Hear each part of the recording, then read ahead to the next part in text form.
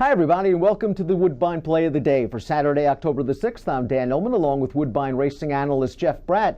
The play of the day is the feature race of the day, and it's the Grade 3 Mazarine Stakes for 2-year-old fillies. Let's take a peek at this field. We're going 1 mile and a 16th over the Tapeta surface, a field of 7. The 7, 'Tis Breathtaking, is your 2-to-1 morning line favorite. Let's take the field in post position order, Jeff, beginning with the number 1 Comic Kitten, who I think has a chance in this race at a price. She is 8-to-1 on the morning line, and she's one of the few horses in this race with a win around 2 turns. She did it in her debut over the Synthetic, and then last time out in the Natalma, while she finished 6th, I thought she ran quite well, chasing a pretty quick pace early.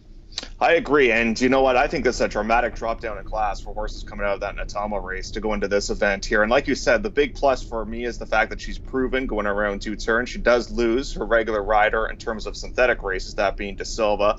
But I definitely think there's some talent there from post position number 1. She won very professionally first time out. She made an inside move to pull off that victory, so I love the way that she ran first time out. She gets stuck with post position number 1. I think she's a live long shot in this race for sure. How do you think she's going to be placed in the early portion of this race? I was surprised when checking out the Timeform US pace projector, and they had Comic Kitten out front, but we always tell the folks at home, handicap the pace projector as well as the past performances. With some other stretch out sprinters in here, I'm not sure Comic Kitten will make the lead, but I think she can sit close while saving valuable ground.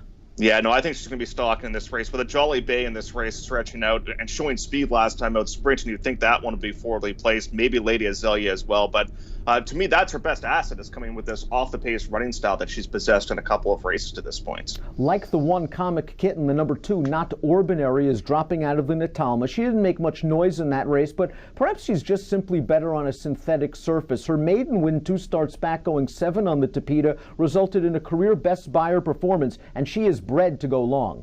And what I love is the fact she does get a chance to go long today, or coming up on the weekend, I should say, because you look back at that race at 7/8 of a mile, she just sat in behind horses for the longest time, and once the rider asked her to go, she kicked on beautifully at 7/8 of a mile. I think they've got a good one on their hands with this one. I really think that 2 turns is eventually what is going to be home for her. Lady Azalea, the number 3, is going to be stretching out, but she should have plenty of bottom off 4 sprint efforts. And I kind of like the combination of stamina over speed in this pedigree. You get Mineshaft on top. This dam was a stakes place sprinter over the synth. Last time out when watching her, it looked like she kind of got shuffled back just a little bit on the back stretch and then finished evenly. She's going to have to improve off of that effort, but I never count Roger Attfield out in these races. No, that's true. But I think you hit the nail on the head, though, has to improve, because I think to this point she ran well first time out in what turned out to be a very key race. She beat Not Ordinary on that day. Second time out, a very easy win, but I haven't seen much progression from her since then. She's run the same type of numbers ever since then. Maybe going around 2 turns, she'll be a little bit better. In terms of Roger Attfield sprint route, about 13%, but he is a Hall of Fame trainer for a reason. The second choice on the morning line, in my opinion, is the key to this race, and that's the number 4 Carnival Colors, jumping up off a maiden win over the Polytrack at Arlington. Now, she's going to have to transfer that Polytrack form to the Tapeta, but boy, she was sensational winning that race with a 72 Beyer speed figure. She made this 4-wide bid and cruised to the front on the turn, and then she just drew away with impunity. Her dam was Grade 1 placed in the Alabama at Saratoga, going 1.25 miles. The sky could be the limit for this filly, but I find it kind of interesting. We haven't seen her in almost 2 months.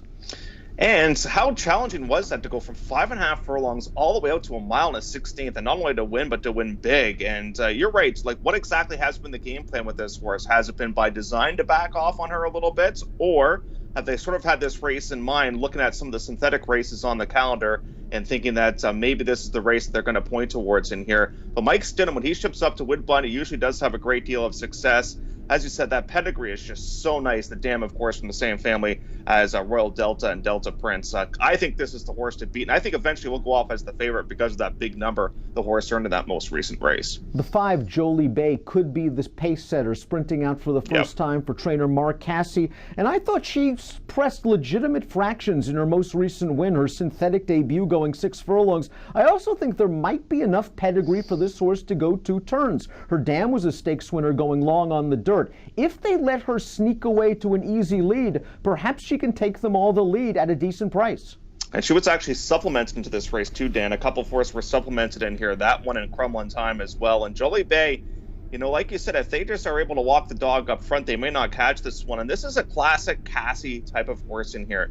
He'll often do this He'll try them on dirt, he'll try them on turf, and then eventually they'll get over to, of course, the synthetic here at Woodbine for our third and final attempt and be able to have some success. The number 6 Crumlin Time has won around 2 turns, albeit in slow time. She is attempting to become the third black type earner out of this dam, a very productive dam by Ascot Knight. She, I thought, took advantage of a really good pace setup, though, last time out and is taking a giant step up in class. She's a deserving long shot.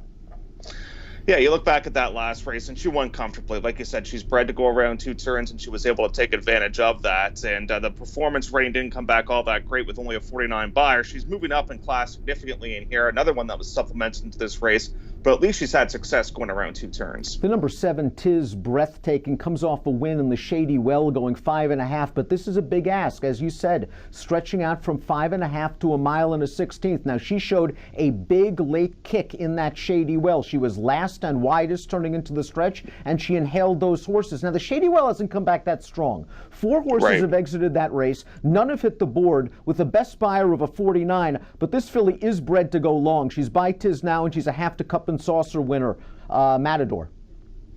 So you look at this one, and you look at Carnival Colors, both are coming off of rather extended layoffs in this race too, Dan. You know, they haven't run in quite a long time, and I've kept waiting for her to pop up at the entries. They've worked her on turf. I thought maybe they'd go in the Catch a Glimpse.